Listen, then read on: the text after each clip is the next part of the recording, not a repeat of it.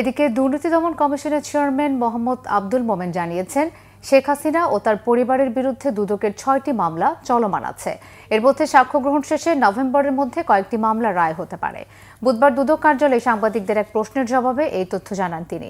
আব্দুল মোমেন বলেন, টিউলিপ সিদ্দিকের দুর্নীতির তদন্তের বিরুদ্ধে যে স্থগিতাদেশ আছে তা বাতিলে উচ্চ আদালতে আইনি পদক্ষেপ নেবে দুদক। এছাড়াও অভ্যন্তরীণ দুর্নীতি বন্ধে পদক্ষেপ নেওয়ার কথা জানান তিনি। এই দিন ট্রান্সপারেন্সি ইন্টারন্যাশনাল বাংলাদেশের সাথে পঞ্চমবারের মতো সমঝোতা স্মারক সই করেছে দুদক।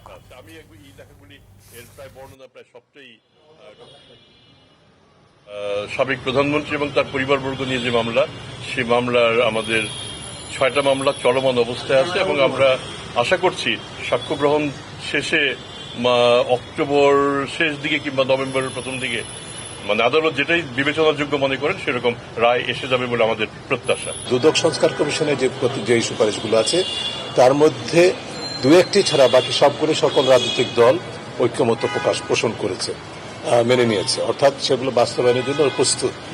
তবে সেটি কি প্রক্রিয়া হবে সেটা নিয়ে আবার কোনো রাজনৈতিক দল, বিশেষ করে বড় দলগুলো যাদের মধ্যে অনেকেই নিজেদেরকে ক্ষমতায় যাবেন বলে ভাবছেন বা ক্ষমতায় চলে গেছেন এরকম মনোভাবাপন্ন, তারা কিছু ক্ষেত্রে নোট অফ ডিসেন্ট দিয়েছেন। তো সেই বিষয়গুলো এখন আপনারা জানেন যে আমাদের যারা এক্সপার্টস আছেন তাদের সাথে আমরা আলোচনা করছি ঐক্যমত্য কমিশন পক্ষ থেকে একটা জায়গায় আমরা আশা করছি পৌঁছানো।